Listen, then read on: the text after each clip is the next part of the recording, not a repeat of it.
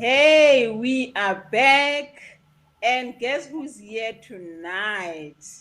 I feel like a queen, and I'm with, I'm sure, four kings or kings and princes. I'm not sure, but welcome, gentlemen, and thank you so much for coming on and agreeing to discussing this very important topic. My name is Matsileng Mohodi. And this platform is for helping people to talk about issues, to really look at what other people are going through so that they don't have to go through the same things. So last week we had a very difficult topic wherein we were discussing GBV, and we know that there are a lot of problems from relationships, and one of them is problems between men and women in relationships. And I thought it would be very good to give women something to close off Women's Month. And that is why I've invited you kings of our hearts to come here and really tell us what can really help us as women to enjoy our relationships and to be content with you in the relationships. Please introduce yourselves before we get into the gist of things. Theo, I'll start with you. Hi, everybody. My name is Theo. I'm an innovation entrepreneur and strategist. Currently married for 10 years actually this year. I'm celebrating my 10-year You anniversary. almost forgot. Hey. Yeah, no, I didn't say. I've been told about it too many times, so it's stuck in my head. My partner and I, we've been together for over 15 years now. We married young, and that's the perks of it. So we learned early, to tell the truth, it's still amazing and a beautiful thing that God has, created for us. Thanks. Thank you. Chris, Hi, all the way from Matsuling. Australia. Yes, it's Chris, and currently I'm living in Australia with my family and my wife. She is Australian. We've been living in South Africa, but we moved here last year, and we've been married since 2005. And we've definitely had ups and downs, and it's been a wonderful journey along the way. And I look forward to just sharing my insights or my experience for whatever that may be worth with anyone that's listening. And look forward to the discussion. Welcome. Thank you. Gladwin. Gladwin Mfulo.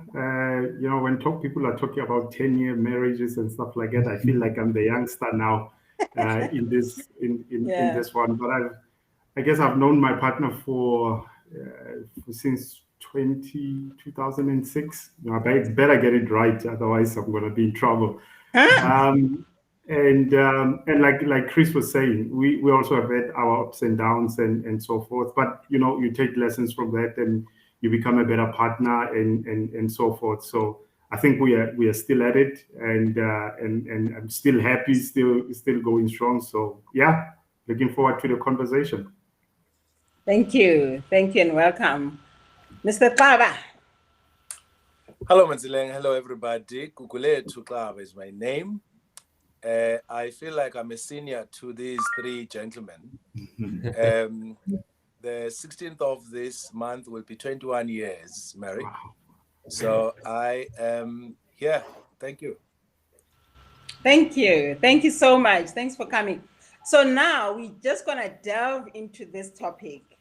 So like I was saying, that we've been having discussions around relationships, and one of the things that we discovered is that a lot of women are in pain, and the pain is caused by dysfunctional relationships.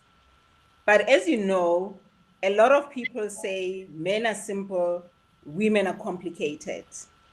So I've invited you here so that we can either bust that myth that there are no, men are not complicated, actually women can also be simple.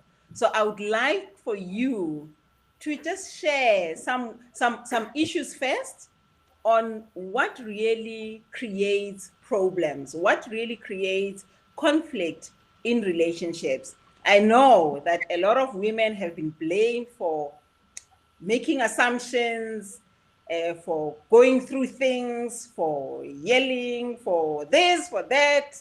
So, but we just want to make sure that at least we get it from the horse's mouth and we look at ourselves so that we can make our families a better place. Because remember, young people, our children, the younger ones, they're looking up to their parents. So if things are not well with the parents, they think this is how things work.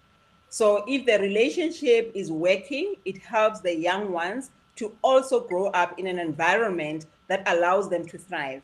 So this is not just even a joke or, like the fun stuff. It's really to help build families and to ease the pain. Hey, we are in pain, Batung. Hey, we are in pain. So help us.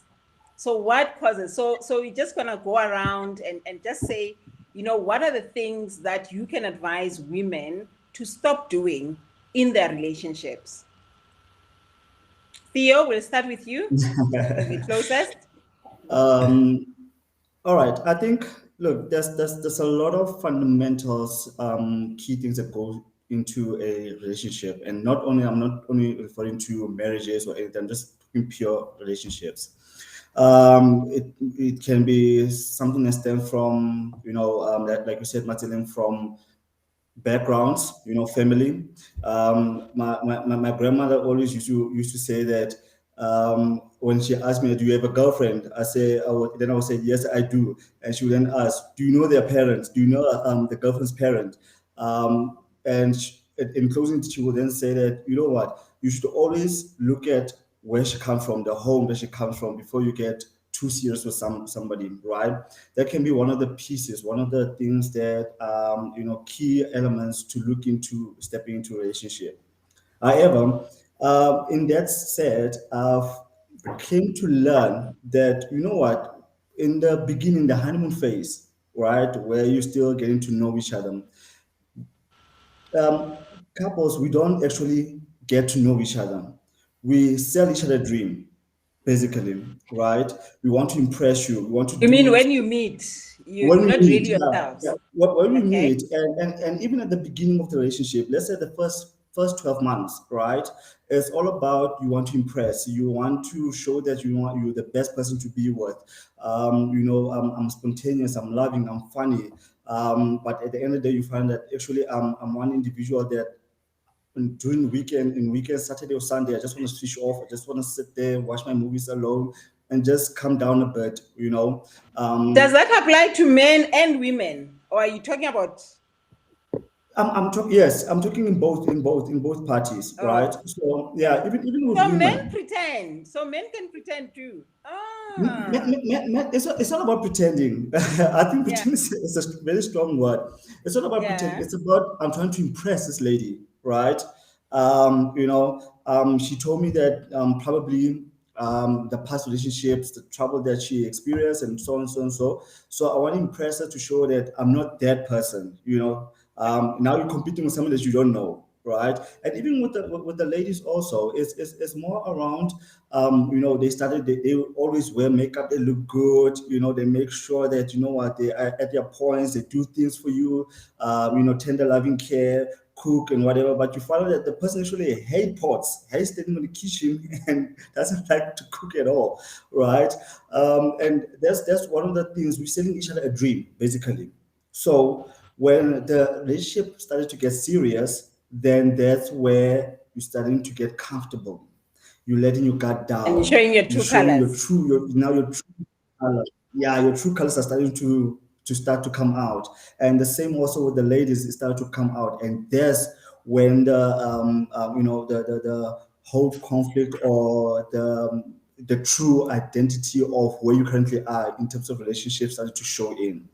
So I want to just grab that part and throw it to Chris. I want to throw it to Chris, because you're speaking about people not being themselves, and Chris is in human behavior, so he understands values, he understands people coming out and not being themselves.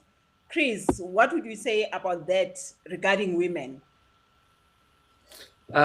Mats, I think it's important to understand in the relationships itself that both sides, both parties, I don't think it's really what women should be doing or not doing. I think it's a partnership. I think that each person has a set of values or a set of priorities that are most important to least important.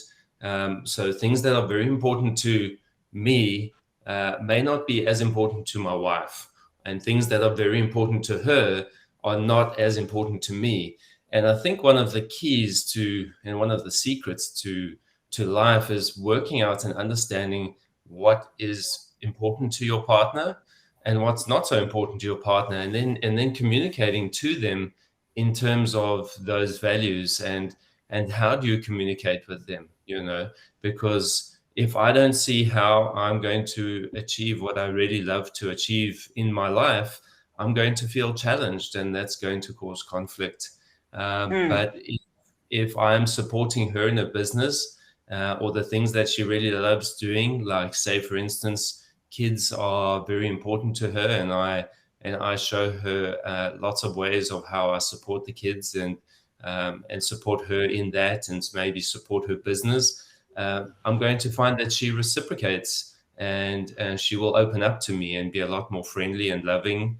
But if I stop supporting the kids and I don't support her business and don't allow her time to do the work she wants to do, I'm going to find that I'm going to have a fight. And this going to be. I can see you don't want to come back to South Africa. I love South Africa. I can tell you, I miss South Africa. I can see you safeguarding your space. So because I really want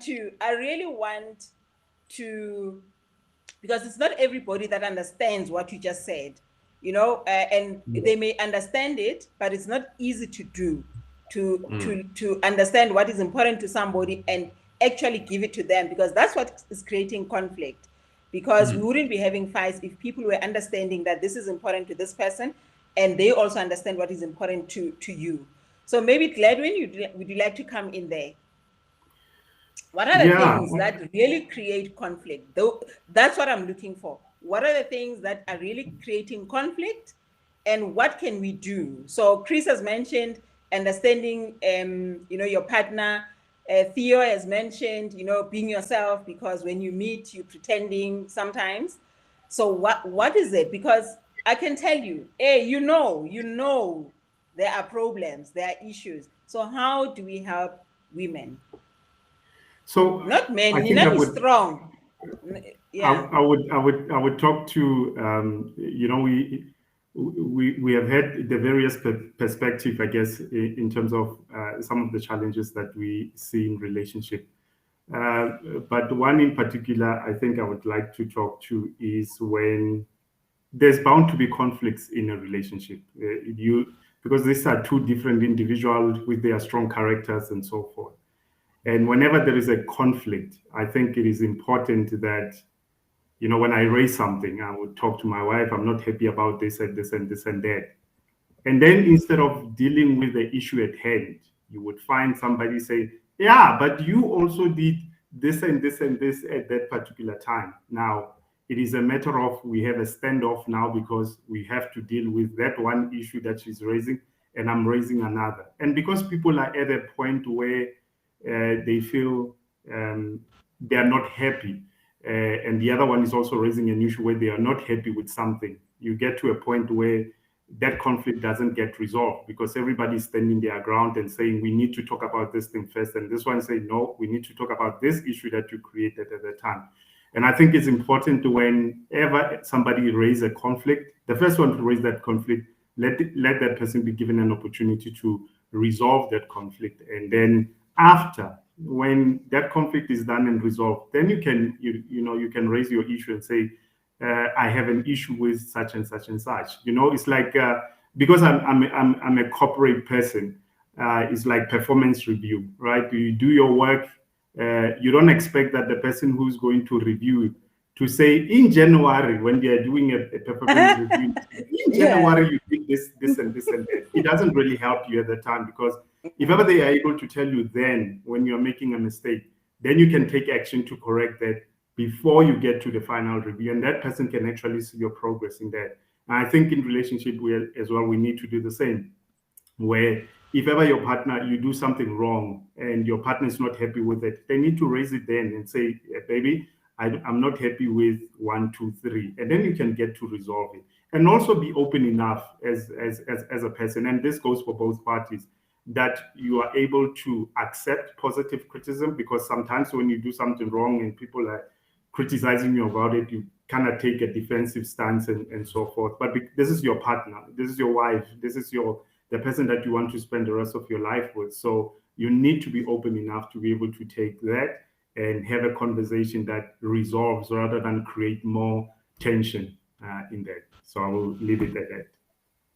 Okay. So I heard you saying baby. So maybe the sign should be, if in January they said Gladwin, then you know there's a problem. They get it in baby. They said Gladwin. That's your answer. So Mr. Kava. So before Mr. Kava gets it, I wanted to say to you, when you're talking about that, even when in conflict, don't now start changing the names. You say, I'm not happy about this thing, baby. You know, I'm not happy about this. That doesn't. Yeah. No, that's your sign. You know, I have to fix this. Okay, so we're gonna go to questions. There are quite a few questions here. So after Gugu, we'll just go on to that. It's so nice to come right at the end, because the experts are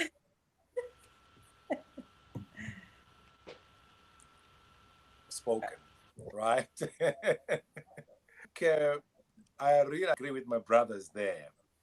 The key thing for me, relationships are bound to happen. I mean, conflicts are bound to happen in any relationship.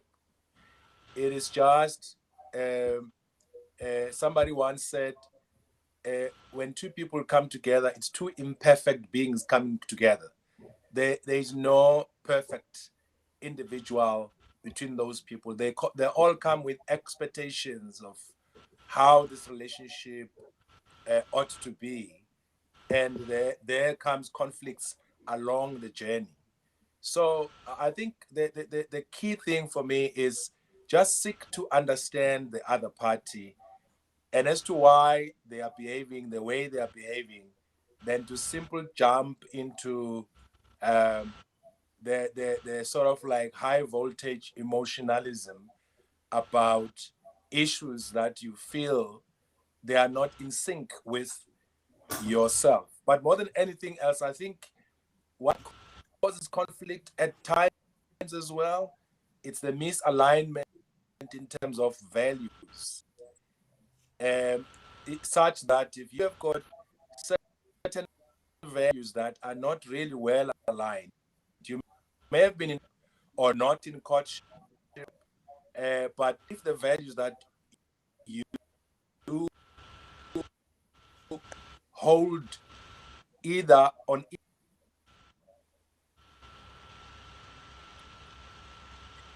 All right. Thank you. I think that connects to what Chris was saying about, because sometimes, maybe before I go to questions, let me ask you, do couples have to be the same? Do they have to like the same things, or do they have to understand what is important to the other person? No, they don't have to be the same. I mean, sameness and homogeneity isn't going to be a solution. I mean, it's not a solution for all of us in this world. We should appreciate diversity, and diversity is what makes us strong, because if you have different views about what I see as being this, probably that view will help enrich my viewpoint as well. So we don't have to be the same.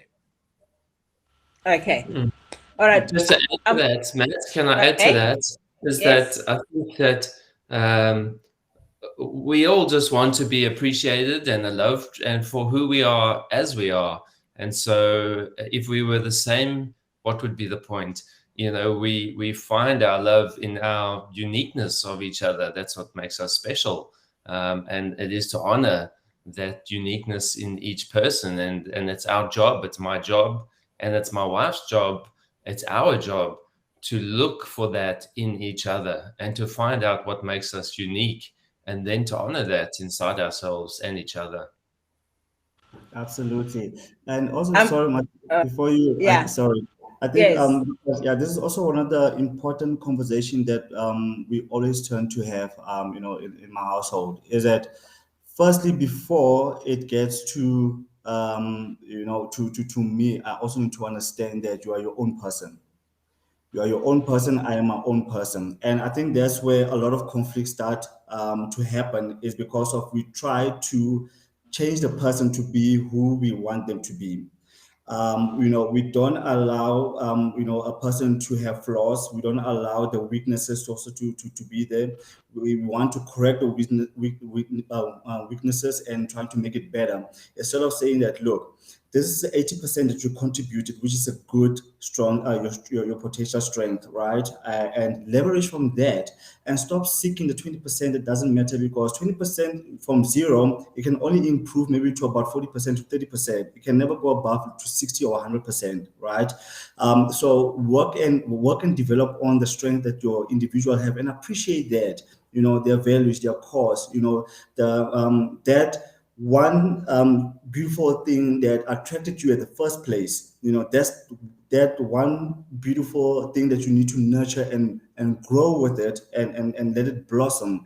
And I think by approaching it in that manner and understanding that will eliminate a lot of arguments, a lot of fights, you know, disagreement and so forth. And disagreement are going to be there. Look, there's one fundamental rule in my house, is that if we're going to fight, we're going to fight, but let's fight fair. So what we mean, let's fight fair, is that you're not going to disrespect me. You're not going to call me certain names. We're going to fight, but in the fight of resolving the issue, not try to show who's right and who's wrong and point each other's faults and so forth. Thank you. So listen, guys. So what is key here is that I want you to bring not just your own experiences. I want you to bring what you know other men are going through, because there are many other people. Because it seems like you guys, Lishapumos, you guys are okay.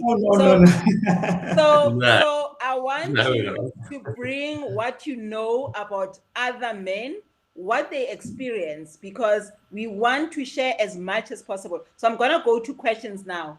Zandile says, my husband has actually said he did certain things to win me over, and that now he's got me. There's no need to follow through on what he used to do. Yeah.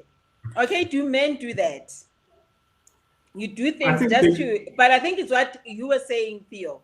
Yeah, I think what Theo was saying was absolutely on the money there, because similarly, it's like the peacock, right? You know, you say peacock trying to do this thing, it does its thing, and then it tries to win over the counterpart on the other end, and I think maybe the focus changes, and that person doesn't do the certain things because they said I've won you over, and there are certain more important things that I need to focus my energies on.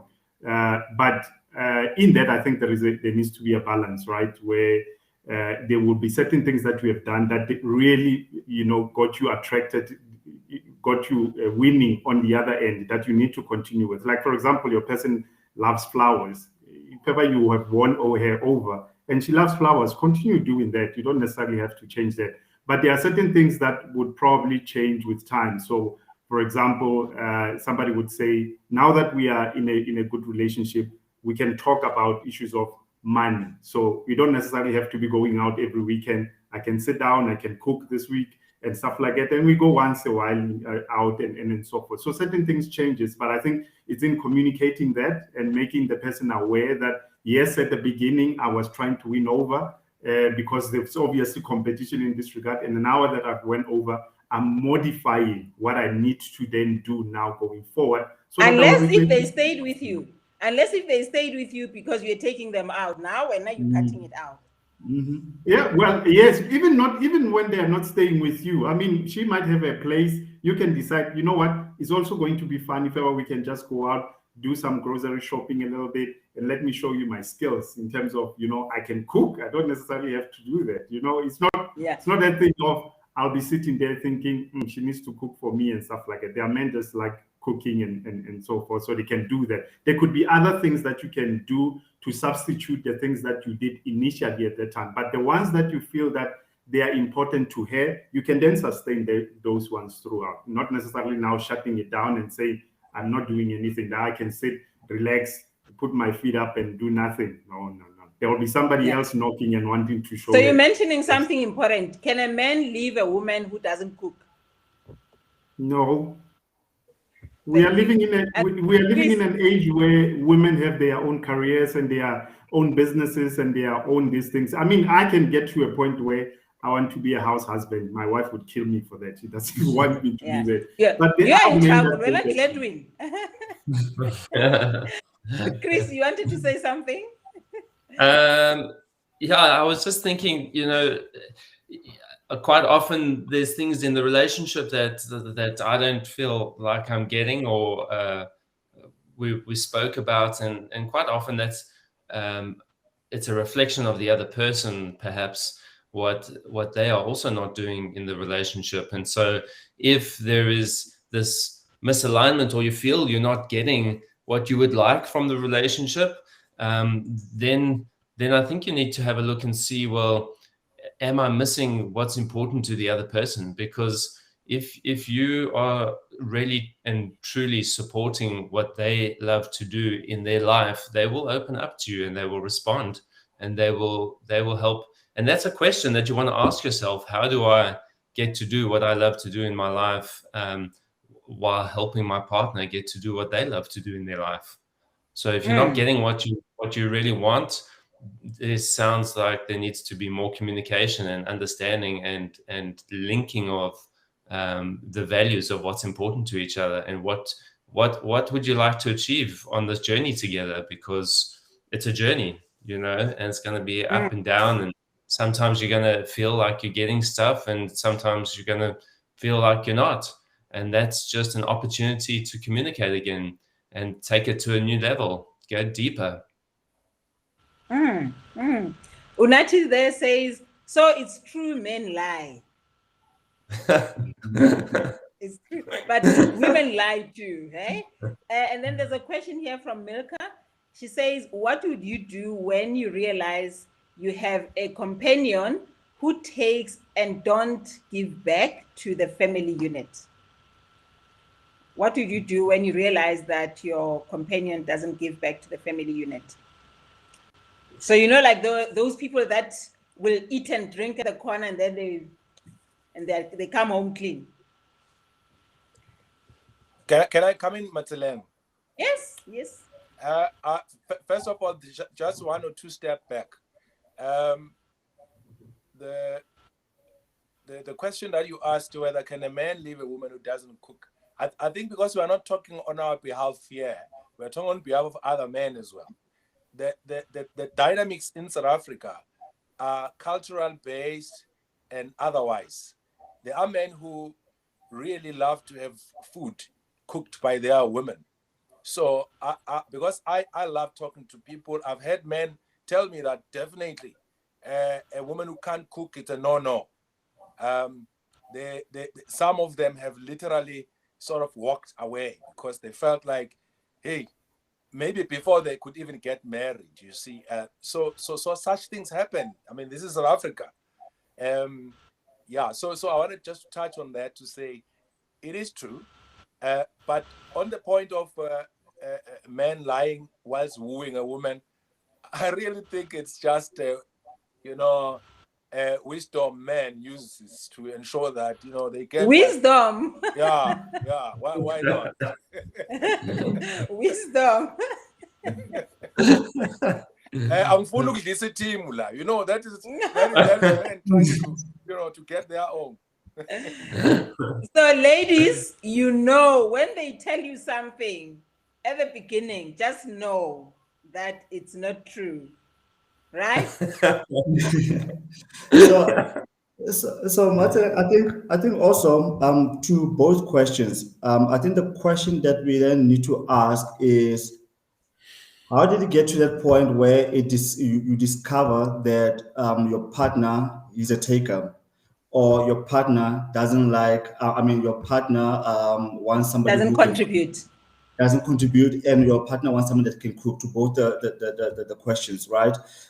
It's more of, how did you get to that point whereby it's already discovered within the relationship, right? Because those who are supposed to be one, two of the qualities, that you should have picked up at the beginning to say that this quality, this is not the type of person that I would like to be with. I want a woman that can cook. I want a woman that can feed me and give me home, cook me whenever I come home, right? Or I want a husband that's a contributor in our union for us, because I believe that prosperity is all about collaboration and working together to get ahead, right? So now the question that I will ask that, why did it take that much time to get to realize this is not what you signed up for, where it was supposed to have been discovered at the beginning? It goes back to my initial point where I said that Acting. Pretend, we're acting, we're pretending. I'm trying to win you heart. I'm trying to show you that I am Romeo and you are my Juliet, and that's exactly what I was referring to. So yes, Ledwin. So I wanted to talk to your point of taking and so forth, and sometimes it gets worse, where the person would even have access to your money and they won't even buy you a short or something like that, but they will go there shopping and doing all sorts of things and stuff like that. And it just gets to show you how certain individuals can be so inconsiderate when they're in their relationship. And I think it's important for people to be considerate in every manner. Whatever that they do, they need to be thinking about, hey, my person is there. For example, we were talking about some of the challenges that you have with men. Maybe they're not coming home at night at the right time. They will come home at 2 a.m. and stuff like that. While they have a wife at home, they have kids and so forth. It becomes a little bit inconsiderate that you come at that time. Who then gets to protect your family when you're not there? And if ever there is an emergency, what then happens? All sorts of things. So when people are considerate, I think in their mind, they will then start thinking, I can't come this late. Yes, I used to do this when I was single, but now I'm married. I've got kids. I've got this. I need to be considerate and be thoughtful about them.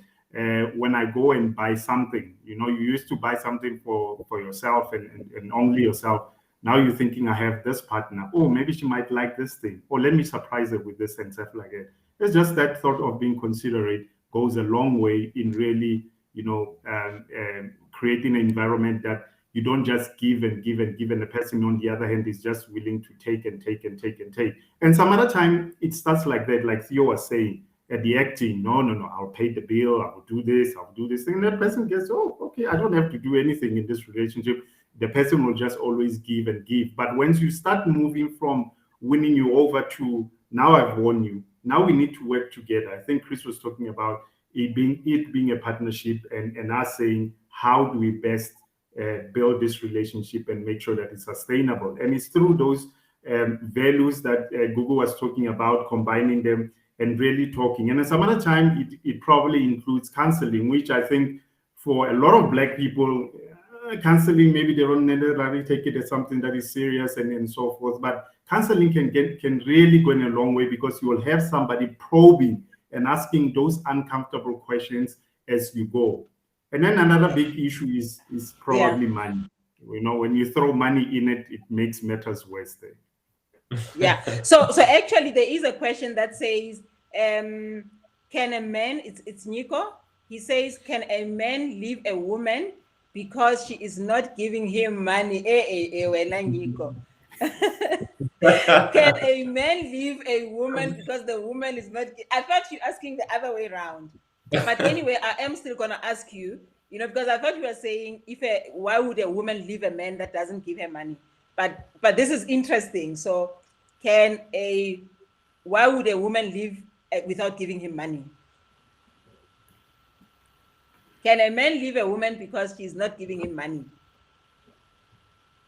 You can. I guess Anybody can leave anybody for any reason whatsoever. No, but Chris, listen to this one.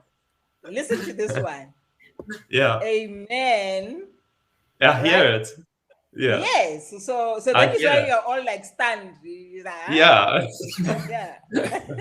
Our brains are trying to make sense of it. We trying to make sense. Can we leave really when because generally I guess when your woman doesn't give you money.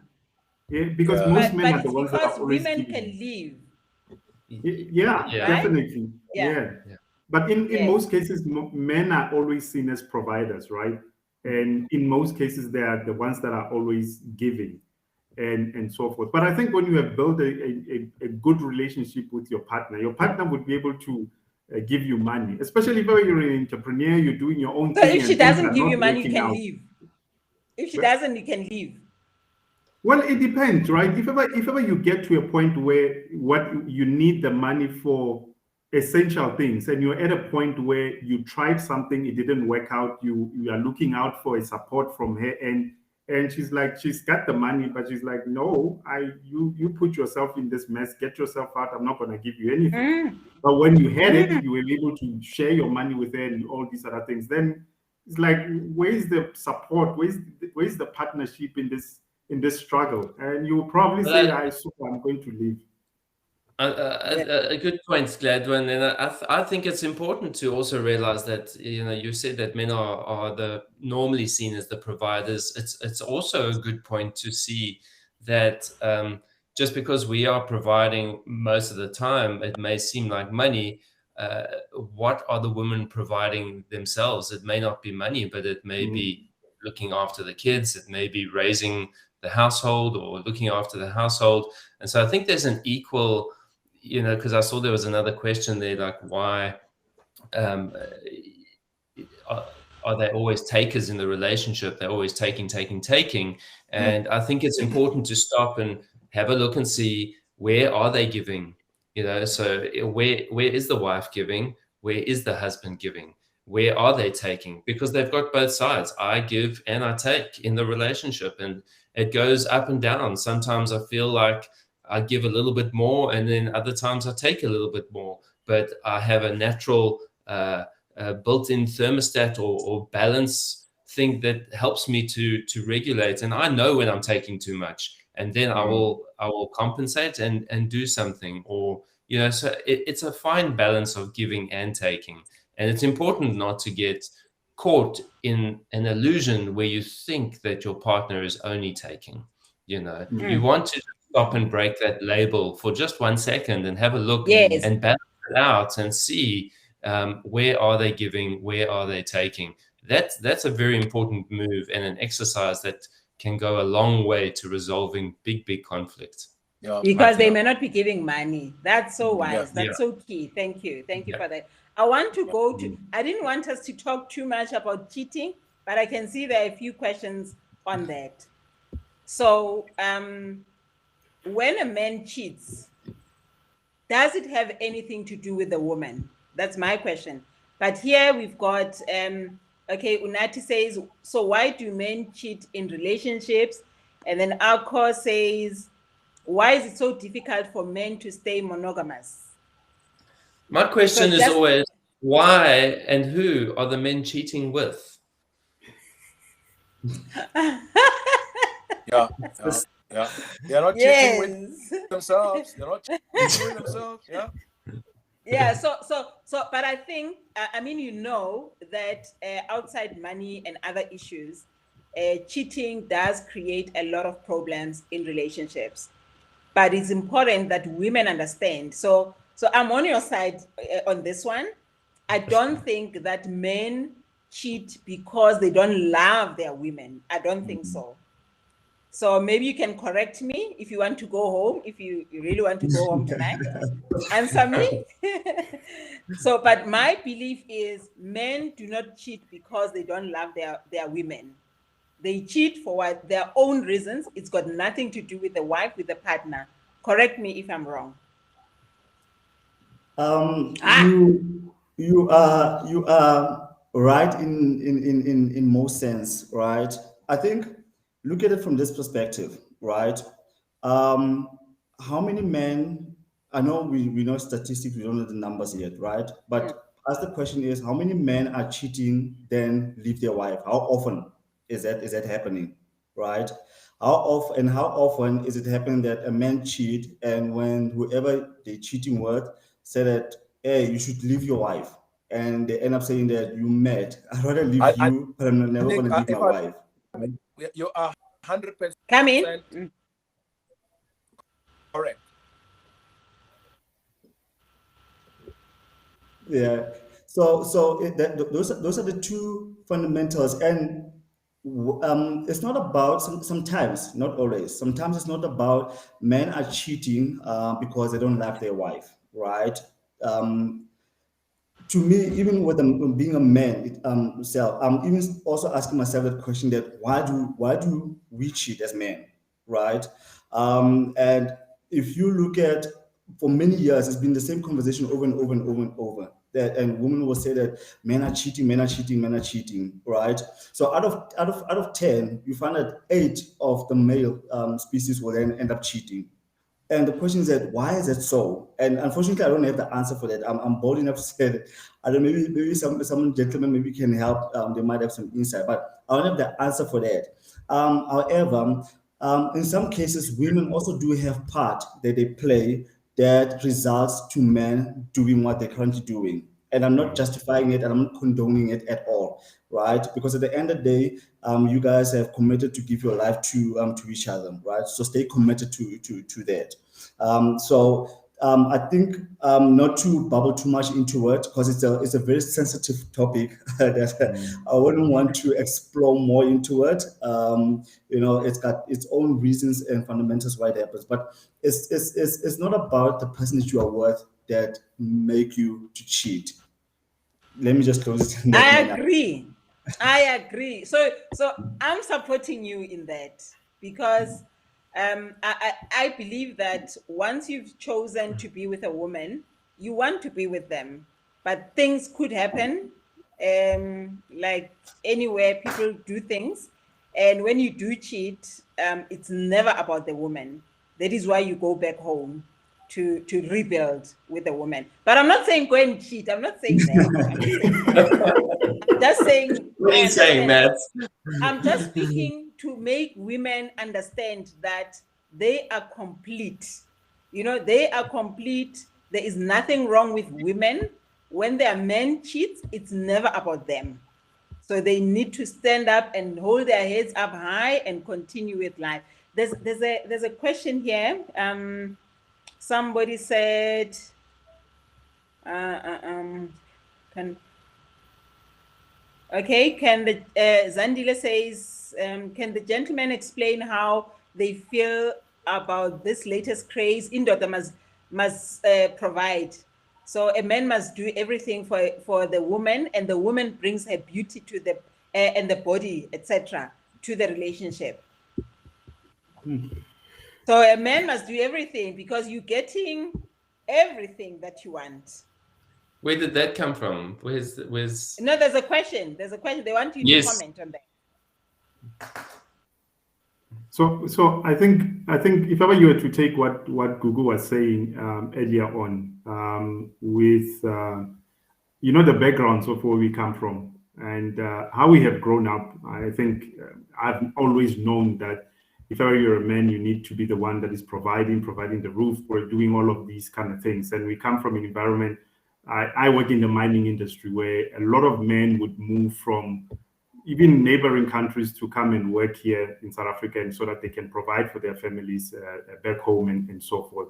And if we grew up in that environment, that's what we know, right? And that's what we'll continue to to do in this regard. And to some degree, the same environment that we grew up in, there are women who grew up in that environment as well, seeing that, the father comes home, he provides for the family, the wife takes care of the household and so forth.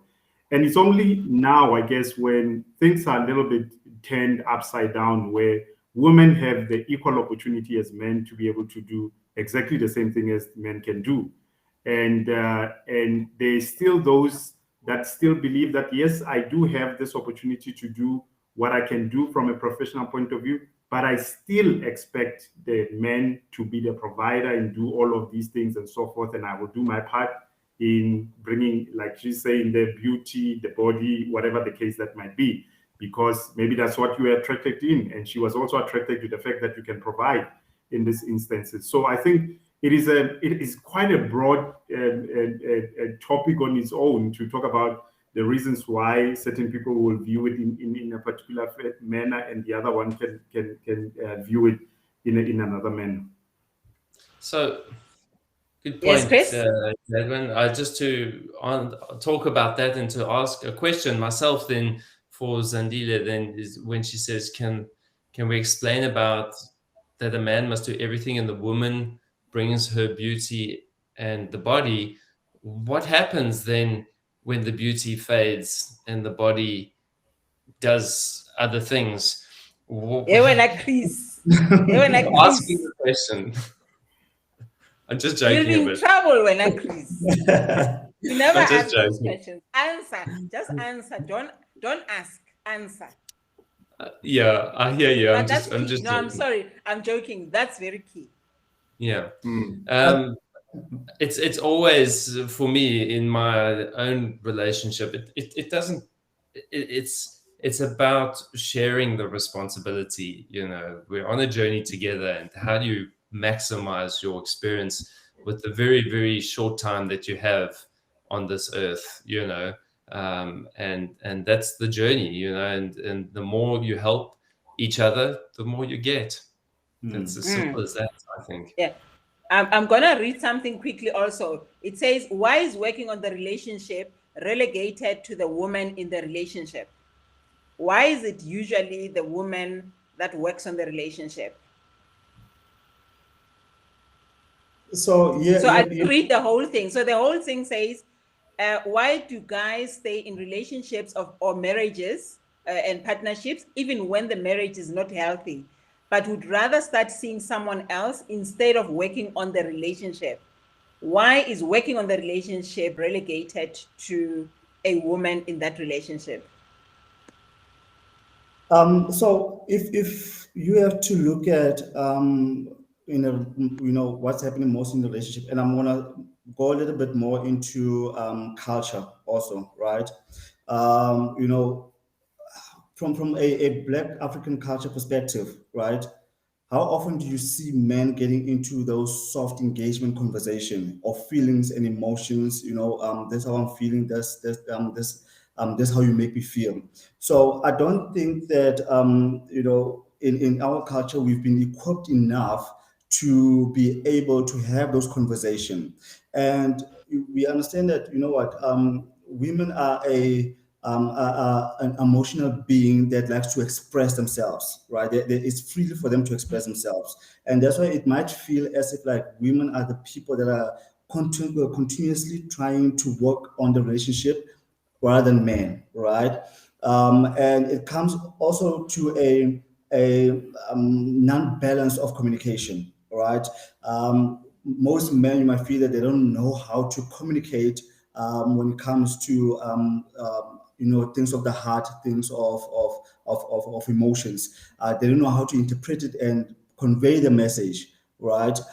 Whenever they come and talk about something that's about, you don't do that, you don't do it in the funale, do that, and what and all those things, right?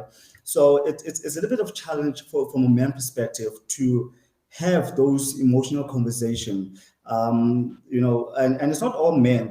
There are those men that got their heart on the sleeves where they can freely express how they feel. They can easily cry out when they are when they feel hurt, even probably even if you can ask the gentleman on the panel that when was the last time that they cried in front of their partners? You might find that this years or something, it has never happened before. So it's not about men, are not parties of trying to help and talk about relationships. You might find that they don't know how.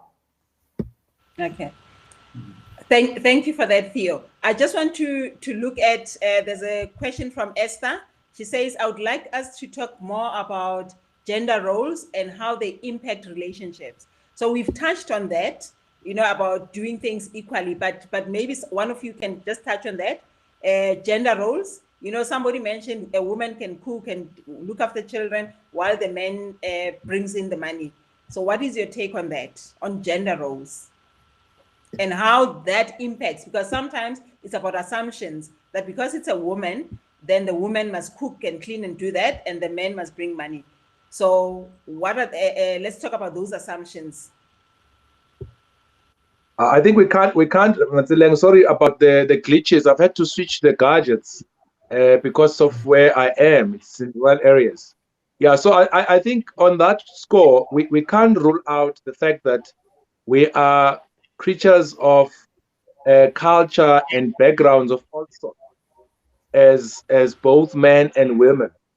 So, biblically, so to speak, for those that are religious and believe in what the Bible says, that a man is the head of the house, and traditionally and culturally, the roles are and will always be, in my view, defined by those types of paradigms that comes from our beliefs, our traditional ways of doing things. I mean, for instance, you spoke about the cheating aspect. I am Zulu. I come from a polygamous family, and my grandfather was polygamous. My great grandfather had 12 wives, but I chose the monogamous relationship, or sort of like setup. The issue is all of those things together, they contribute to even how we view life, because there is an influence and there's a background to who we are and how we move as both men and women. But when it comes to roles, definitely the roles will, in my view, will always be defined by those types of backgrounds. But that doesn't mean men and women can't complement each other. They actually are married or are in a relationship so as to complement each other and not have one part having so much burden so as to carry the other, and the other is just sitting and relaxed. Like you were asking a question of, do men leave women because there is no money? And we're all stunned because generally it doesn't happen with us. We are the ones who are expected to just keep providing. But a woman can easily walk away and say, let me do this stingy. And he doesn't give, he's not taking me out, and all sorts of things. So we've got to find ways of balancing that. That's my viewpoint. Thank you. There's a critical one again. It says, hi guys, it's from Bongani. Hi guys, what's your take on a woman supporting a man?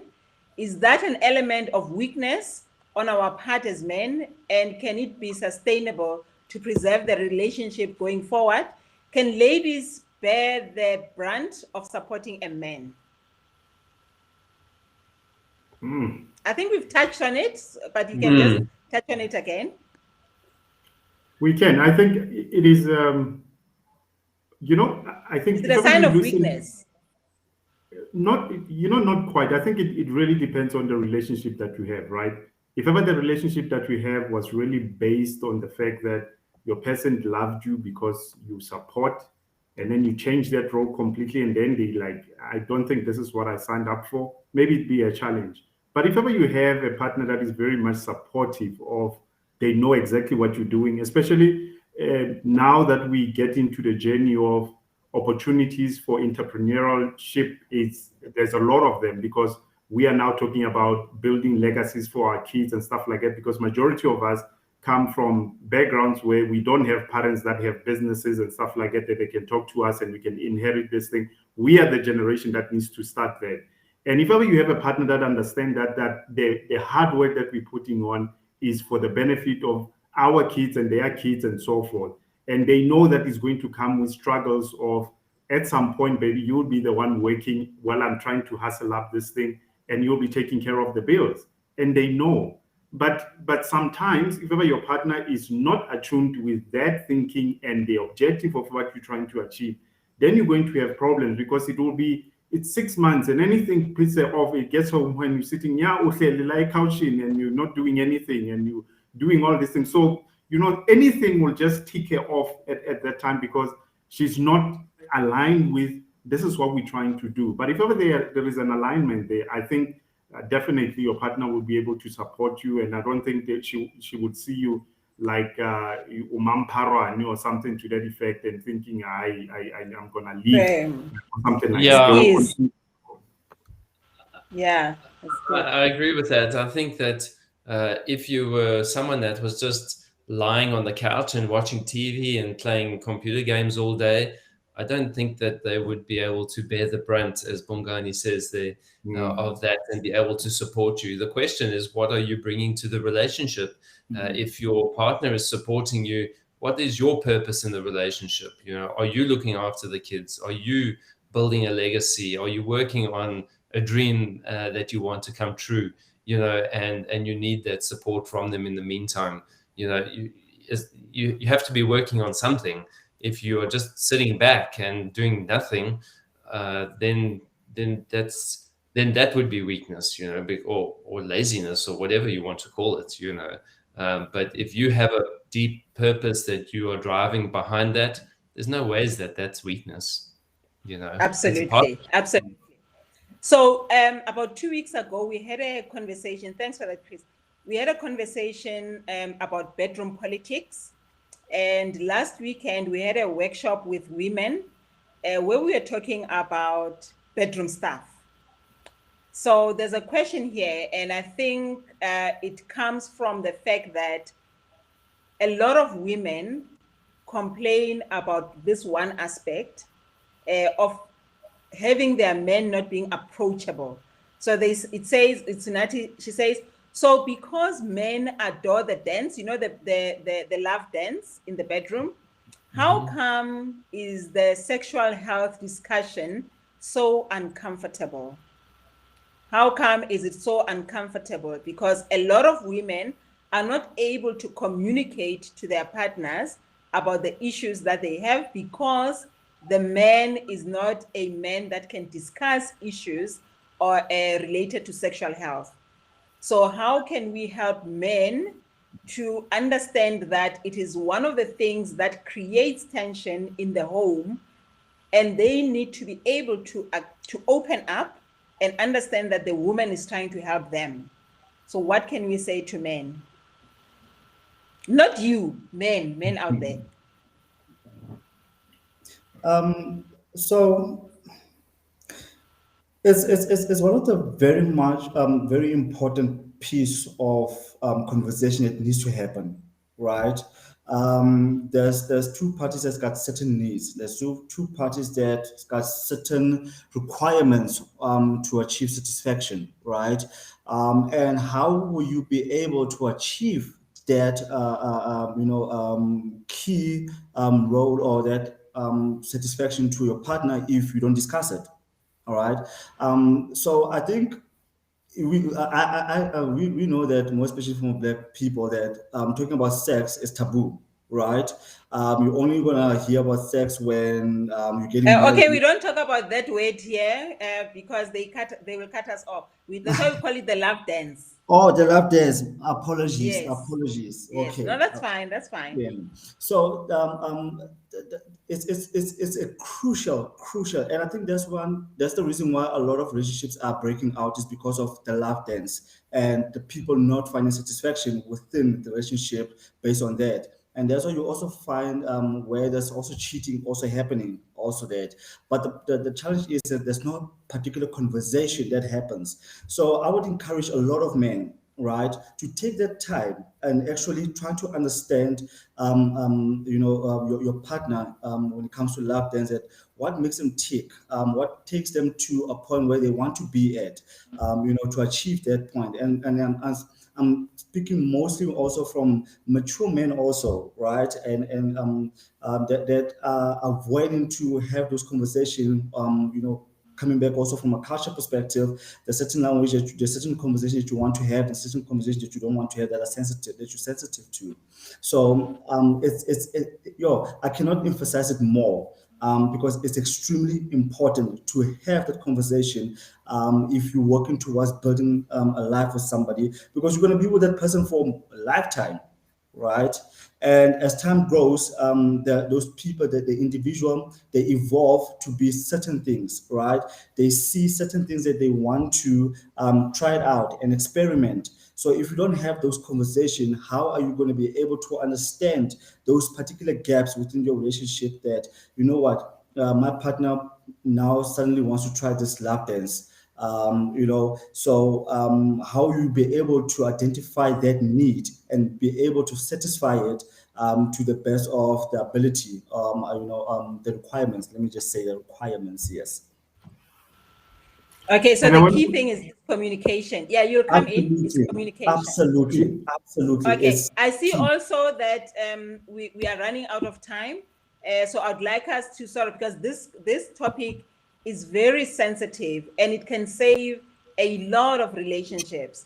So I would like us, in wrapping up, for all of us to just go around and just give our opinion on that topic in particular, on that point in particular. Someone want to Chris? Or Gladwin? Okay. Anyone? Doesn't matter. Yep. All right. I'll go. I'll just wrap up from my side and just say that I think that the key to everything in the whole relationship, and especially in that area, is understanding what's important to each other and communication. I mean, most of our conflicts happen normally if there's a blowout somewhere along the line, and I turn around and I look back and I see, well, why did that happen? It's because we lost touch along the way and we forgot to communicate, because I find that when we have very open-hearted communication, it works. It's perfect. And that would be what I would say. Yeah. Thank you. All right, Gladwin? So I would like to weave in what Esther has said there, Maluka, that, it's important to understand that culture and religion are social constructs. And I think Gugu had proven that in a sense that, his background, if ever you look at the grandparents and so forth, polygamous, monogamous in his approach. And I think similarly, we have always said, men don't talk about these things and so forth. I think as men, we need to opt to decide that this is something that we're going to open ourselves up to and be able to discuss with our partners. And to Theo's point, then we'll be able to achieve better connection with our partners and so forth. So yeah, that's where I will leave it. Thank you, Gladwin. Kukulethu?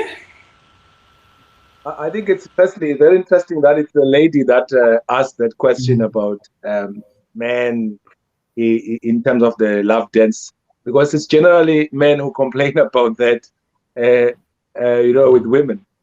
But there's nothing in my view that beats communication and giving each other space and allowing both yourselves to mature in this relationship and ensure that you are sort of like sensitive one to the other.